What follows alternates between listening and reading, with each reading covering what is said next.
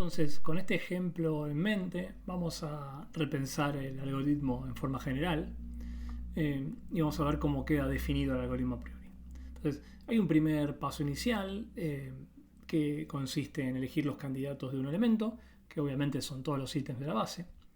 Y como segundo paso, lo que se va a hacer es aplicar un filtro a este conjunto de candidatos y quedarnos solamente con aquellos candidatos que superen el umbral U. Una vez que tenemos ahora ya definido nuestro conjunto L1, que son todos los ítems que satisfacen individualmente el umbral U, ya entramos en la iteración genérica del algoritmo, que consiste únicamente en dos pasos.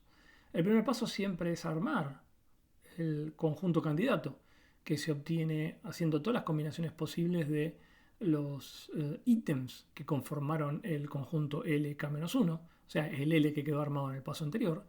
Fíjense que cuando inicializa el algoritmo con k igual 2, ya tenemos armado el L2-1, o sea, el L1, lo fue definido previamente. Así que hasta acá todo funciona, todo va bien.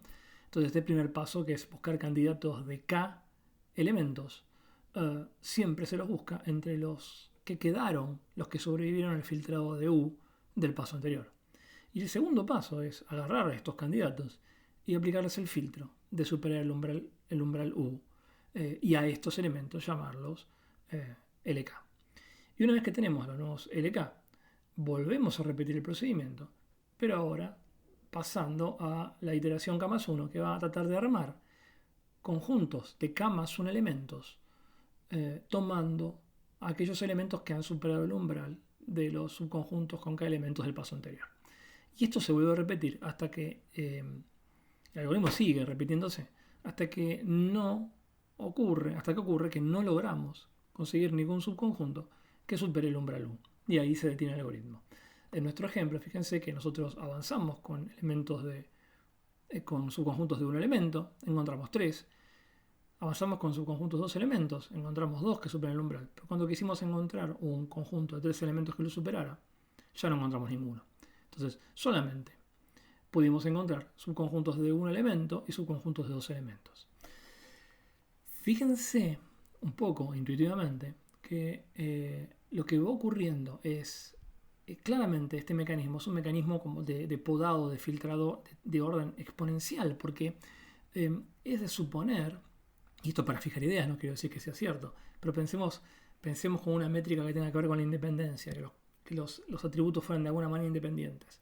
Y pensemos que los atributos tienen una probabilidad de aparición del orden del 10%.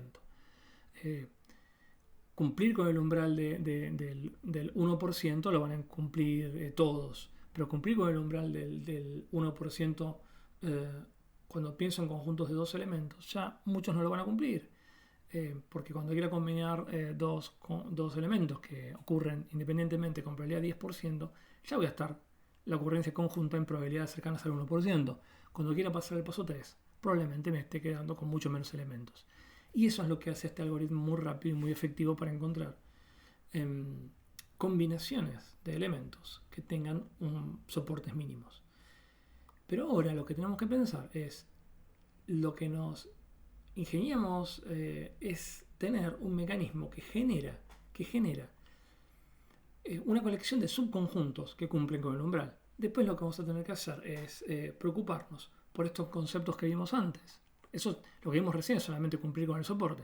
Pero después, una vez que tengamos o hayamos cumplido con este soporte mínimo, lo que el algoritmo va a tener que hacer, el método de reglas de asociación en general va a tener que hacer, es fijarse de esos subconjuntos, cómo arreglarlos para tener reglas que generen confianzas altas y lift elevados.